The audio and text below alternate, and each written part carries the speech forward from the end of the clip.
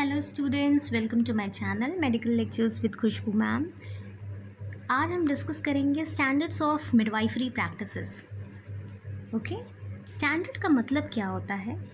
कुछ मानक मानक मतलब कि कुछ क्राइटेरिया, कुछ एथिक्स, कुछ रूल्स जो हमें फॉलो करने होते हैं during our midwifery practices.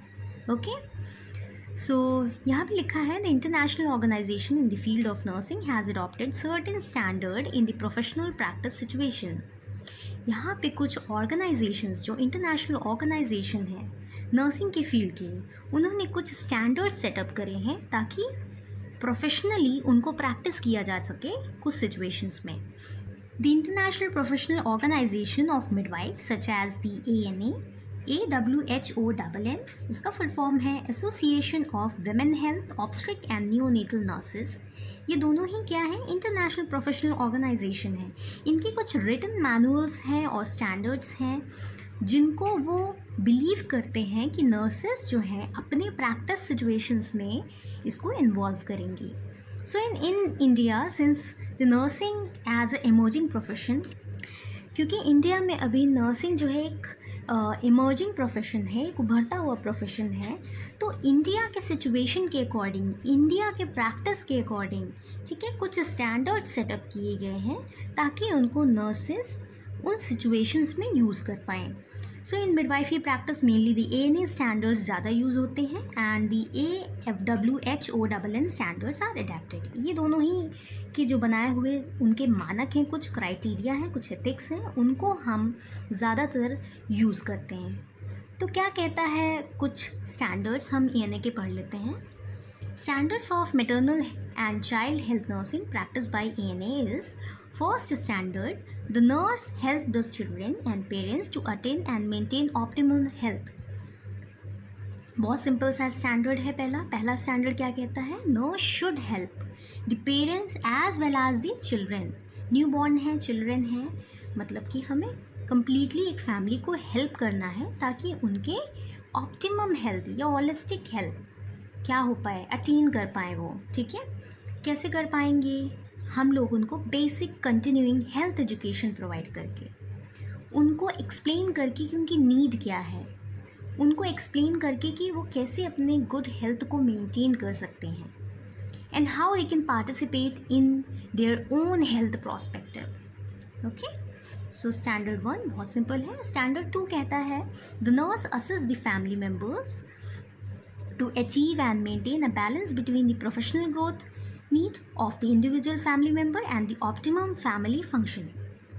Nurse ने यहाँ पे उसको अपना दूसरा स्टैंडर्ड ऐसे अप्लाई करना है कि फैमिली को वो हेल्प कर सके कि कैसे उसे प्रोफेशनल और पर्सनल दोनों चीज़ों को मैनेज करना है। स्पेशली कम्युनिटी नर्स जो होती हैं, she will explain how to balance the work and health.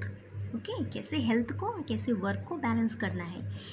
हर एक मेंबर का देखेंगे तो हर एक मेंबर का ग्रोथ जो रिक्वायरमेंट है वो अलग अलग है, right? So for that she should help every family member to understand their health needs by themself. समझ में आ गया? उनको खुद से कोशिश करानी है कि वो अपने आप को ये जान पाए कि हमें क्या हेल्थ नीड है और हमें कैसे बैलेंस करना है अपना हेल्थ को और वर्क को। ठीक है, the next one is standard 3rd, the nurse intervenes with vulnerable client and families at risk to prevent potential development and health problems। Okay, simple सा है। नर्स शुड इंटरवेंस, ऐसी थेरेपीज़, ऐसी एक्टिविटीज़, ऐसे प्रोसीजर्स या ऐसे स्टेप्स लेने हैं nurse को उन स्पेशली उन क्लाइंट्स के साथ, those who are vulnerable, those who are at risk, right? कैसे? Nurse should basically counsel and provide care to those vulnerable families which are at risk of developing potential problems। जो हैं आगे जा कर के उनको प्रॉब्लम्स हो सकती हैं। ओके, एग्जाम्पल, एक मदर है, 2-3 मिसकैरेजेस हो चुकी हैं। एक फैमिली है जिसमें बहुत ज़्यादा कंजेनाइटल एनोमलीज़ का बैकग्राउंड है। एक कपल है जो स्मोक करता है, right? Okay, so nurse should intervene. कौन कौन से वर्नरेबल क्लाइंट्स हैं, कौन रिस्क पे हैं? 2-3 मिसकैरेजेस हुए, they were at risk. Okay, एक कपल है जो स्मोक कर रहा है and they want to become pregnant और she is pregnant, so they were at risk, और इस रिस्क को प्रिवेंट करने के लिए हमें क्या है, नर्स को इंटरवेन करना है, नर्स को ऑब्जर्व करना है, right. So next one is standard fourth. The nurse promote an environment free of hazard to reproduction, growth and development, wellness and recovery from the illness. मतलब क्या है, nurse should create an environment, ऐसा environment उसको create करना है hospital में, या community nurse है तो कम्युनिटी में, ताकि वो पर्टिकुलर सिचुएशन, मिडवाइफरी सिचुएशन एक सेफ हो रिप्रोडक्शन के लिए, ग्रोथ के लिए, डेवलपमेंट के लिए, इलनेस से प्रिवेंटिव एस्पेक्ट पे. So how she can go for it, she should provide health education to the family member, that how you can prevent the illness. Okay, how she can create environment, health education दे करके, hazards को दूर करके, right. If a mother is at hazards of unsafe delivery, so how she can promote a safe environment, she will help for the, and she will educate for the institutional delivery, right. So she should create an environment free of hazard, right. Okay, next is the standard fifth. The nurse detect changes in health status and deviation from the optimal development. So this is very simple, right. Nurse, how she can detect, she can go for the health education, she can go for the history collection, she will assess the mother, she will take antenatal visit, she will advise for the antenatal visit, ना, she will go for the obstetrical examination, obstetrical examination करेगी, home visit करेगी, antenatal visit कराएगी, antenatal checkups कराएगी, right.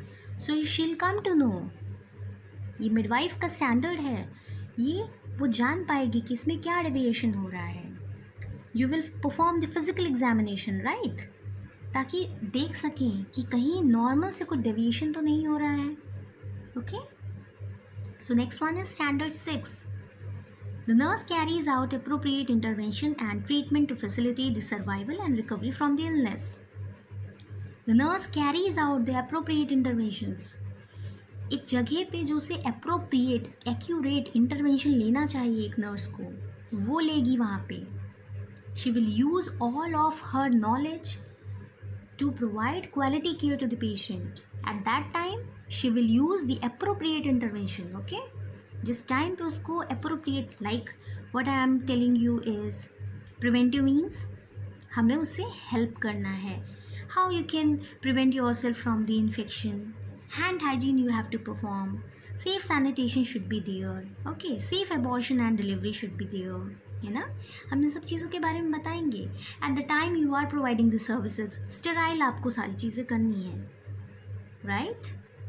Eight the time she is going for the crowning, second stage of labour, crowning हो रही है, you will plan for the episiotomy, so you are going for the appropriate intervention and treatment so that you can help for the survival and recovery, right.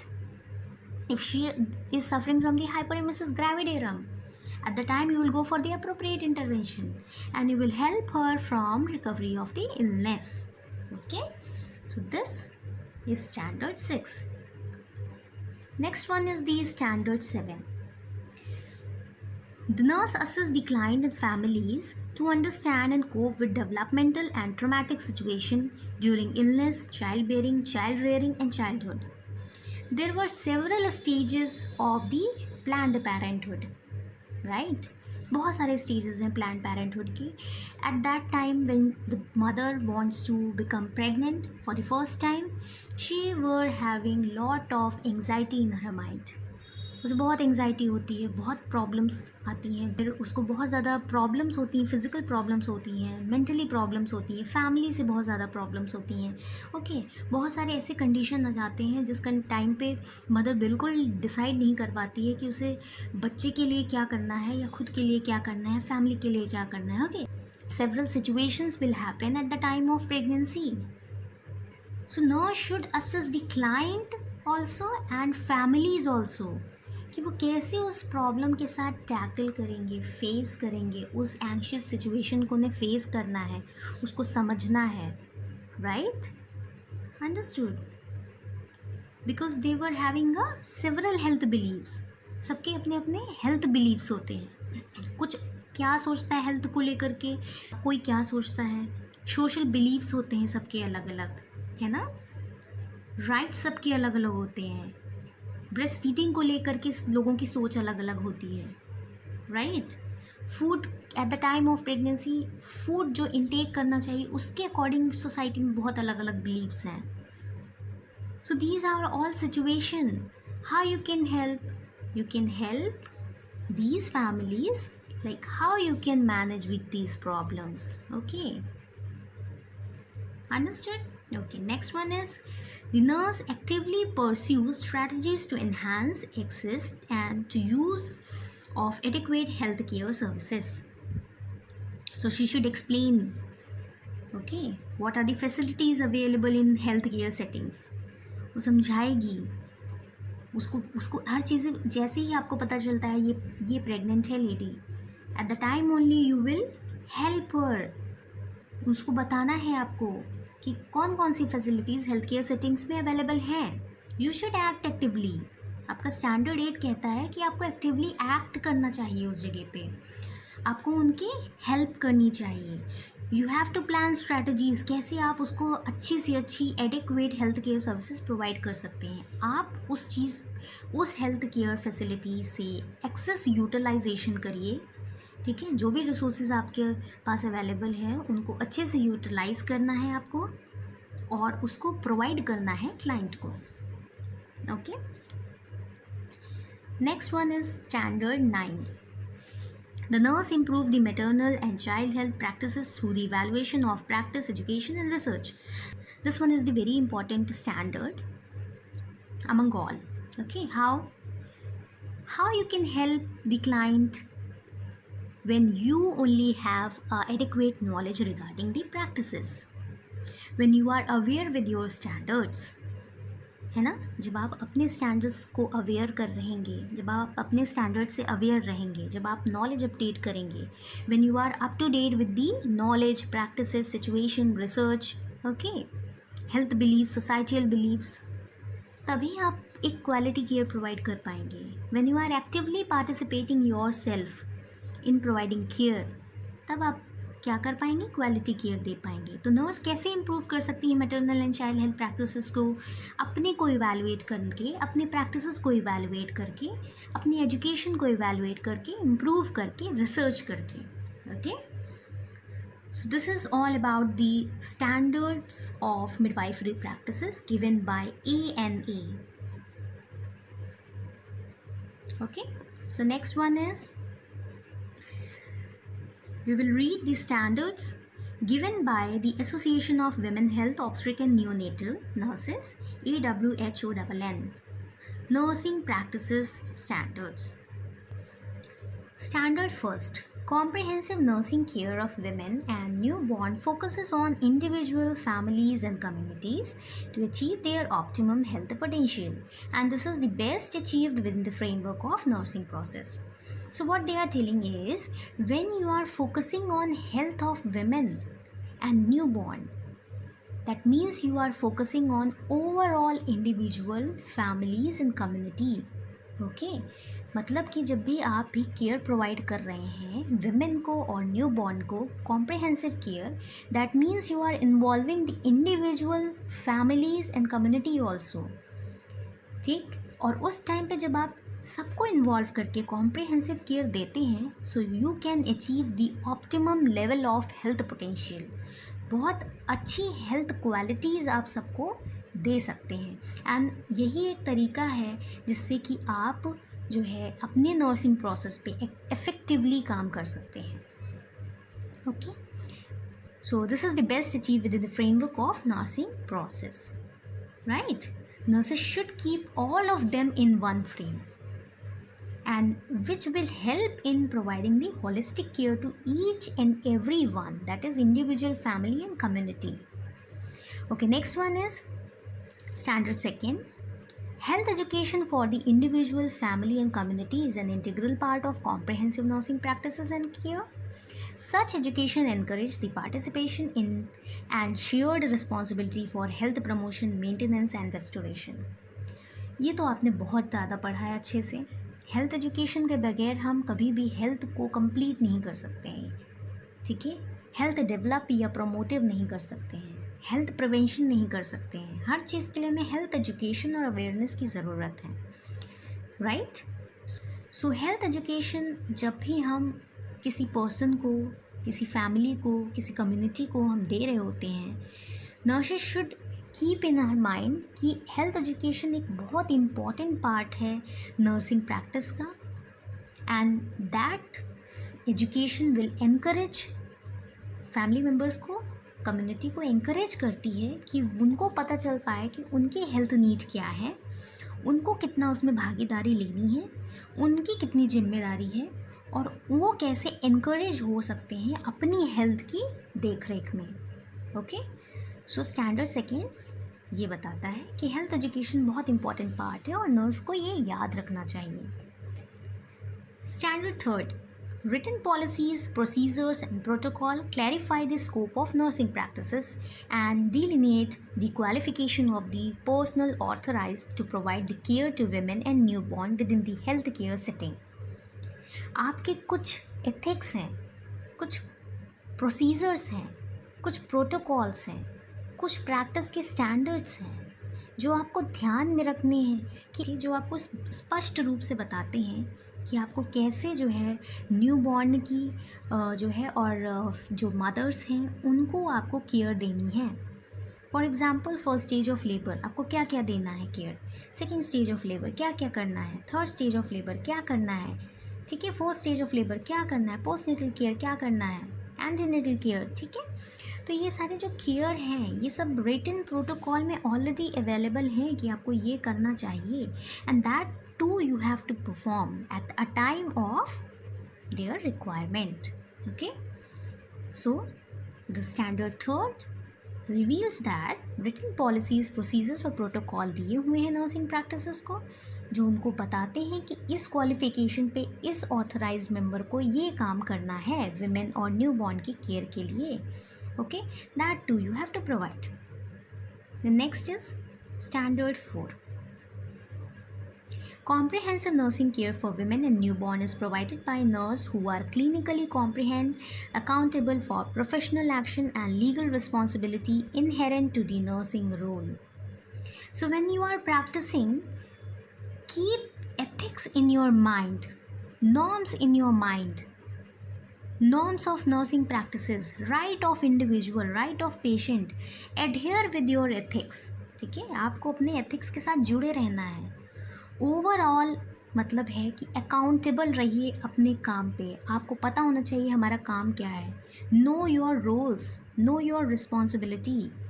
Okay, so accountable रहना है, जिम्मेदार रहना है। So that is what standard 4 tells कि comprehensive nursing care should be provided to the women and newborn by the nurse who are clinically comprehended, accountable, जिम्मेदार हों अपने professional actions के लिए, लीगल रिस्पॉन्सिबिलिटीज़ कैरीज करती हों, ठीक है, और नर्सिंग रोल से इनहेरेंट हो, उनको पता हो कि हमारे क्या दायरे हैं, हमें कैसे केयर प्रोवाइड करनी है, हमारे प्रैक्टिस क्या है, हमारे एथिक्स क्या है, हमारे नॉर्म्स क्या है, हमारा राइट क्या है, हमारे राइट और पेशेंट के राइट्स क्या हैं। Okay, should know your roles and responsibility, you should adhere with your ethics. Okay, so next one is standard 5. Nursing care for women and newborn is conducted in practice setting that have qualified nursing staff in sufficient number to meet the patient care need. Right, midwifery practice करने के लिए हमेशा एक अच्छा practice setting होना चाहिए और उसके साथ साथ क्वालिफाइड नर्सिंग स्टाफ होना चाहिए और सफिशिएंट नंबर में होना चाहिए, ताकि नर्सिंग नीड पेशेंट को हम फुलफ़िल कर पाएँ। Okay, so this is very simple. Next one is standard 6. Ethical principle guide the process of decision making for nurses caring for women and newborn at all time of, and especially when personal and professional values conflict with those of patients, families, colleagues and practice setting. So ethical principle, जैसा कि मैंने बताया आपको, ethics से अपने adhere रहना है, आपको जुड़े रहना है, You should know your right. You should know the patient right. You are clear with your roles. आपको रोल्स, आपके प्रोसीजर, आपके एथिक्स, नॉर्म्स, आपको सारी चीज़ें, आपके दायरे पता होने चाहिए. इससे आपको हेल्प मिलेगी. कैसे हेल्प? आपको डिसीजन लेने में हेल्प मिलेगी जब भी आप विमेन और न्यूबॉर्न की केयर कर रहे होंगे. जब भी आप प्रोफेशनल और पर्सनल कॉन्फ्लिक्ट्स आपके अंदर आ रही होंगी. जब भी आप पेशेंट, फैमिली, कलीग्स के साथ काम कर रहे होंगे, प्रैक्टिस सेटिंग में होंगे, प्रोफेशनली किसी भी तरीके से आप कॉन्फ्लिक्ट में आ रहे होंगे, परेशान हो रहे होंगे, उस टाइम पे आपको एथिकल प्रिंसिपल्स गाइड करेगा. That is why you should know your ethics. Okay, तो nurses should be clear with their ethics. उनको अपने एथिक्स पता होने चाहिए. That too will help her at the time of providing care, at the time of conflict, right? Okay. Next is the standard 7. Nurses caring for women and newborn utilize the research finding, conducted research and evaluate nursing practice to improve the outcome of care. What she have to do? When she is going to provide the care to the patient, she should have adequate knowledge. She should update with her knowledge. She should go for the research. Research करना चाहिए उसको, research की findings को utilise करना चाहिए अपने practice में, evaluate करनी चाहिए अपने नर्सिंग प्रैक्टिसेस को. वेदर ये जो मैंने अभी पेशेंट को केयर दी है, क्या वो क्वालिटी थी, क्या इसमें कुछ इम्प्रूवमेंट किया जा सकता है, क्या ये इनफ था, ठीक है, क्या इसमें और भी बेटर चीज़ें ऐड की जा सकती हैं. You should evaluate your practice, right? So that is what standard 7 says कि जब भी नर्सिंग केयर हम प्रोवाइड कर रहे हैं विमेन को, न्यू बॉर्न को, we should use the new specialized research findings. जो भी रिसर्च फाइंडिंग्स हैं, खुद भी रिसर्च करना चाहिए, अपने प्रैक्टिस को इवैल्यूएट करना चाहिए, अपने आउटकम को केयर के इवैल्यूएट करना चाहिए, इम्प्रूव करना चाहिए. Okay. Next is standard 8. Quality and appropriateness of patient care and evaluate through a planned assessment program using specified identified clinical indicators.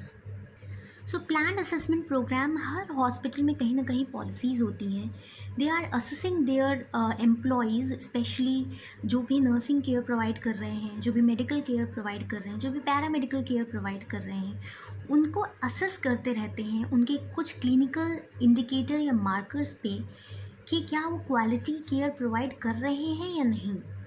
So that is how the standard 8 says quality and appropriateness of patient care should be evaluated. आप जो care दे रहे हैं वो सही है या गलत है, क्या करना चाहिए, क्या नहीं करना चाहिए, क्या आप प्रैक्टिस में इन्वॉल्व कर रहे हैं, क्या नहीं करना चाहिए आपको.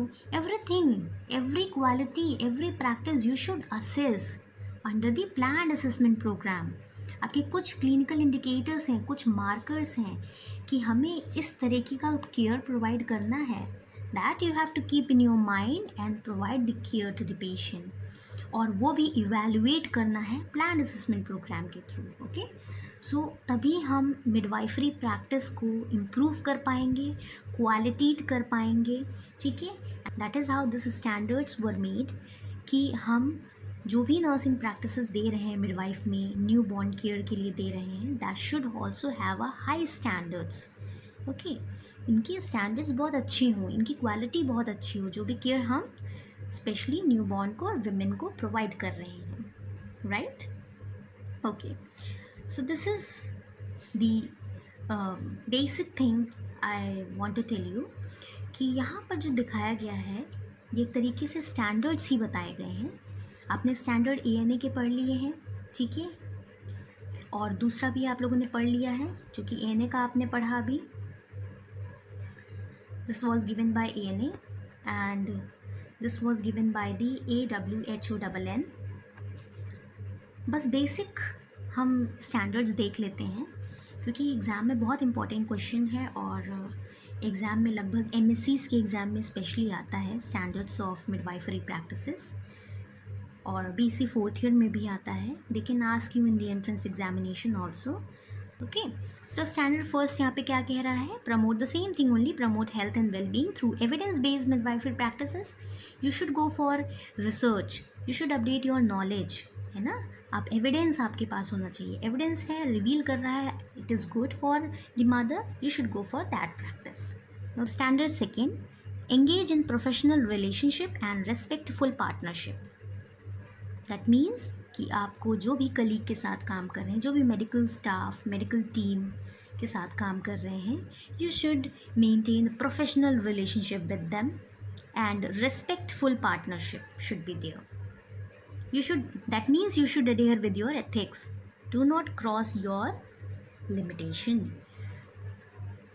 Maintain the standard of midwifery practices. Maintain the standard of nursing, right?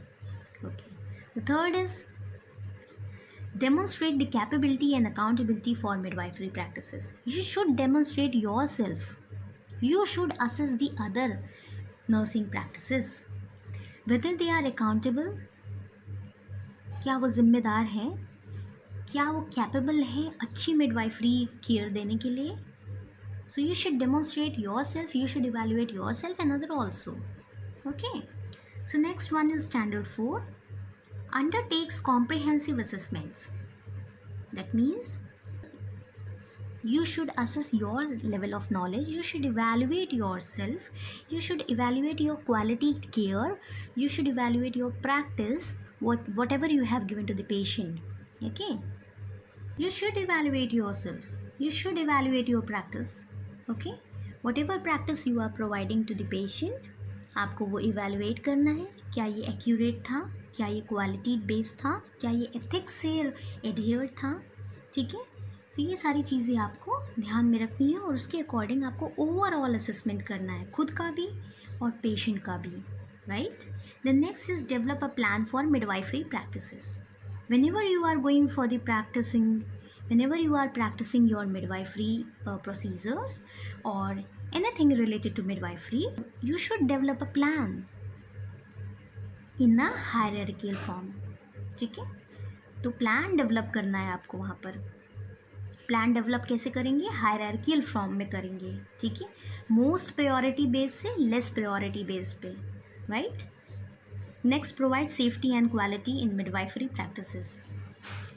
तो whenever you are planning for providing care to midwifery personnels, ठीक है, स्पेशली विमेन को, न्यू बॉर्न को, ठीक है, at the time you should aware कि हम उनको जो केयर प्रोवाइड कर रहे हैं वो सेफ्टी बेसिस पे हो और क्वालिटी प्रैक्टिसेस पे हो.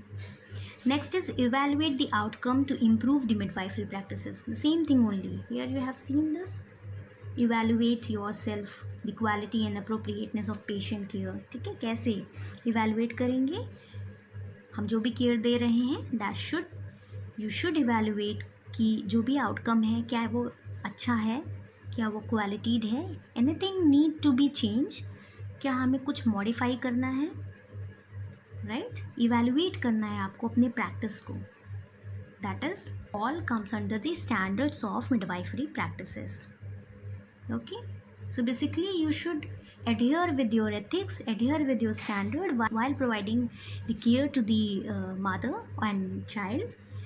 At a time, you should remember all these standards, whatever you have read over here.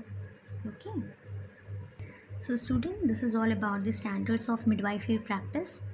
Hope आपको समझ आया होगा, and if you have any doubts, suggestion or queries, you can leave a comment in our comment section. Thank you. God bless you.